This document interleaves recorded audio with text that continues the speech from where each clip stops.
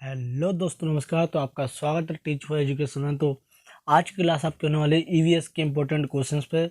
ये सब काफ़ी बच्चों ने रिक्वेस्ट की थी पिछले इम्पोर्टेंट क्वेश्चन वाली वीडियो पे कि सर ईवीएस के ऊपर क्वेश्चंस बताओ, ईवीएस पे क्वेश्चंस बताओ। तो मैं ईवीएस पे हर चैप्टर वाइज आपके क्वेश्चन लेके आ गया हूँ। तो देखते हैं। आपका पहला चैप्टर आपका पर्यावरण अध्ययन। मैं ज़्यादा क्वेश्चन नहीं उठाए हैं जो मुझे इम्पोर्टेंट लगे हैं, और 10 ईयर के जो क्वेश्चनों में मुझे लगा कि ये क्वेश्चन रिपीट हो रहे हैं, तो वो एक टॉपिक और क्वेश्चन उठाए हैं।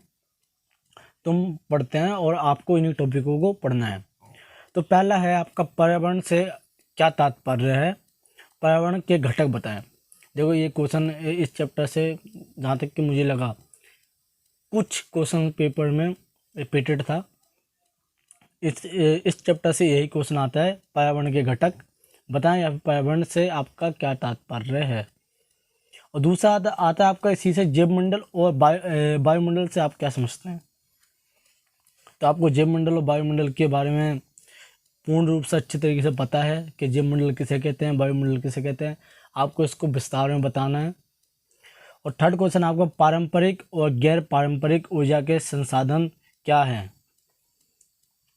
तो आपके जो क्वेश्चन आते हैं, आपके एक ही क्वेश्चन में आपको छोटे छोटे पॉइंट बना दिए जाते हैं और उससे पूछा जाता है निम्न में से 3 की व्याख्या कीजिए, 2 की व्याख्या कीजिए। उनमें से आपको ऐसे क्वेश्चन दिए जाते हैं, पारंपरिक और गैर पारंपरिक ऊर्जा संसाधन में अंतर बताइए, ऐसे क्वेश्चन दे दिए जाते हैं।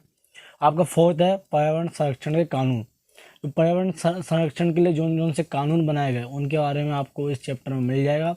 और आपके पास बुक है तो बहुत अच्छी बात है, अदरवाइज आपके पास पीडीएफ तो अवेलेबल होगा ही होगा जिससे आप पढ़ सकते हैं। और आपका है अध्याय 2 परितंत्र। तो परितंत्र में आपके दो क्वेश्चन ही मेरे को इम्पोर्टेंट लगे हैं कि परितंत्र क्या है। जल परितंत्र और चारागाह परितंत्र को समझाइए। ज़्यादातर ये दो आते हैं, बाकी आप और भी परितंत्र दे रखे हैं चैप्टर में, उनके बारे में पढ़ लें तो और अच्छी बात है। बहुत बड़े टॉपिक नहीं है आपके, तो उसको अच्छे से पढ़ लें। और ज़्यादा समय नहीं है आपके पास केवल 5 दिन का समय बचा हुआ है आज से बोलें। आपका तीसरा चैप्टर है प्राकृतिक संसाधन। तो आपका तीसरा अध्याय से आते हैं। पहला क्वेश्चन नवीकरणीय और अनवीकरणीय ऊर्जा के संसाधन। आपको उन संसाधनों के बारे में बताना है जो ऊर्जा के नवीकरणीय और अनवीकरणीय संसाधन हैं। क्वेश्चन नंबर 2 कि भूमि अपरदन को रोकने के उपाय। जो भूमि अपरदन को रोकने के कौन कौन से उपाय हैं, तो आप इस शुरुआत से पढ़ते हुए आ रहे हैं, कभी साइंस में तो कभी पॉलिटिकल में तो कभी आप 10th के लेवल पे देखें तो एसएसटी में। तो आपको ये भूमि अपरदन के बारे में अच्छे से पता होगा कि इसको रोकने के कौन से उपाय हैं। तो आपको प्रत्येक उपाय को विस्तार में बताना है। और आपका तीसरा है प्राकृतिक ऊर्जा के स्रोत।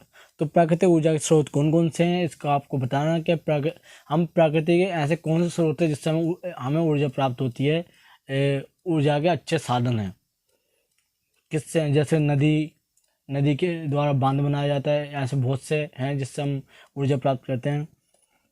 और आपका फोर्थ है वन उन्मूलन, भूतापीय ऊर्जा और वे अन्य ऊर्जा संयंत्र। इन सब के बारे में पढ़ लें क्योंकि आपको ये 3 नंबरों में आते हैं क्वेश्चन, क्योंकि आपको कुछ पॉइंटों में क्वेश्चन दिए जाते हैं और बोला जाता है कि इसको विस्तार में बताइए। तो आपका चैप्टर 4 यानी अध्याय 4 जैव विविधता एवं संरक्षण से आप क्या समझते हैं।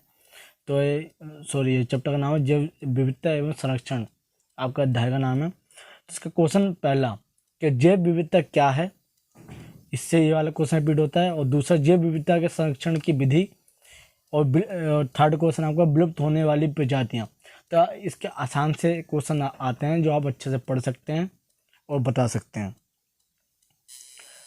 चैप्टर 5 आपका पर्यावरणीय प्रदूषण। तो इसका क्वेश्चन नंबर 1 की ओर बढ़ते हैं। तो इसका प्रश्न नंबर 1 है कि विभिन्न प्रकार के प्रदूषण यानी जल प्रदूषण, ध्वनि प्रदूषण और वायु प्रदूषण, इनके बारे में बताइए, इनको विस्तार में बताइए। एक क्वेश्चन नहीं आता है। दूसरा आता है अपशिष्ट प्रबंधन के 3 प्रकार यानी ट्रिपल आर के बारे में बताइए। यानी जो आपके 3 आ रहे हो उसके बारे में आपको विस्तार में बताना है कि इसके हम कैसे प्रदूषण को रोक सकते हैं। और थर्ड आपका गंगा एक्शन प्लान के बारे में पढ़िए, प्लास्टिक अपशिष्ट प्रबंधन, ई अपशिष्ट प्रबंधन, प्रदूषण को रोकने के लिए बनाए गए कानूनी नियम, इनके बारे में आप पढ़ लीजिए। ये आपके छोटे छोटे प्रश्न आते हैं, मतलब जैसे आपका प्रश्न एक आता है उसमें निम्नलिखित करके आता है कि निम्नलिखित को परिभाषित कीजिए या व्याख्या कीजिए, तो उसको 6-7 पॉइंट दे दिए जाते हैं, उनमें से आपको किसी 3 या 4 को व्याख्या या परिभाषित करना होता है। इसी प्रकार आपका दूसरा क्वेश्चन आता है कि निम्न को अंतर स्पष्ट कीजिए, तो उसमें भी आपको इस प्रकार के क्वेश्चन मिल जाएंगे कि गंगा एक्शन प्लान, या फिर प्लास्टिक अपशिष्ट प्रबंधन और ई अपशिष्ट प्रबंधन अंतर, या फिर प्रदूषण को रोकने के लिए बनाए गए नियमों के बारे में बताइए। तो इस प्रकार के प्रश्न आपको देखने को मिलेंगे। अब प्रश्न अध्याय नंबर 6 यानी वैश्विक पर्यावरणीय मुद्दे व नीतियाँ, तो कौन कौन सी नीतियाँ हैं और कौन कौन से मुद्दे हैं, तो इस अध्याय में आपको बताया गया है। तो ये अध्याय ज़्यादा कठिन नहीं है। तो इसका पहला प्रश्न है जलवायु परिवर्तन, इसके बारे में अच्छा पढ़ लीजिए, टॉपिक बता रहा हूँ, ये क्वेश्चन नहीं है। तो जलवायु परिवर्तन के बारे में पढ़िए, वैश्विक ताप के बारे में पढ़िए, और वैश्विक पर्यावरणीय मुद्दे कौन कौन से मुद्दे हुए, जैसे बहुत से मुद्दे हैं, इसमें छोटे छोटे करके दे रखे हैं, तो आप कुछ मुद्दे पढ़ के जाइए। और इकोसिस्टम के बारे में आपको पढ़ के जाना है, इससे जुड़ा एक आधा क्वेश्चन आ जाता है बाई चांस, ज़्यादातर नहीं तो कईयों में आ जाता है। तो आपको पता होना चाहिए कि हमारा इकोसिस्टम क्या है। और अध्याय 7, तो अध्याय 7 में आपको जलवायु परिवर्तन का मनुष्य पर प्रभाव, कि जलवायु परिवर्तन उन पर मनुष्य पर क्या प्रभाव पड़ते हैं और उन्हें किस किस चीज़ का सामना करना पड़ता है, तो ये आपको बताना है और इसके हल भी बताना है।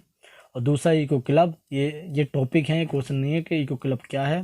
और थर्ड आपको परिवार कल्याण कार्यक्रम के बारे में बताइए। और चौथा है आपका फूड चेन के बारे में आपको चार्ट के रूप में पता होना चाहिए और लिखित रूप में भी आपको पता होना चाहिए। और जल चक्र के बारे में आपको बताना है, इसको एक्सप्लेन करने की जरूरत नहीं है, आपको अच्छे से पता है कि जल चक्र क्या होता है, उसका डायग्राम भी आप अच्छे से बना सकते हो। और फूड चेन का भी कोई हार्ड डायग्राम नहीं है, एक बार देखोगे तो अच्छे से समझ में आ जाएगा। तो आज की वीडियो में इतना ही, आपको मिलेंगे अगले वीडियो में। जैसे कि बच्चों ने रिक्वेस्ट की है कि उन्होंने हिस्ट्री के ऊपर बोल रहे हैं, तो प्रयत्न करूँगा कि उसके ऊपर भी मैं अच्छे से क्वेश्चन ढूंढ पाऊँ।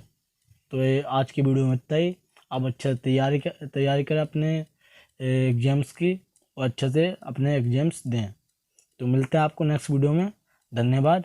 अगर वीडियो अच्छी लगे तो लाइक करो, अपने दोस्तों में शेयर भी करें, और अगर बहुत ज़्यादा अच्छी लगे तो कमेंट में कुछ 2 शब्दों में इसकी व्याख्या कर सकते हैं वीडियो की। धन्यवाद।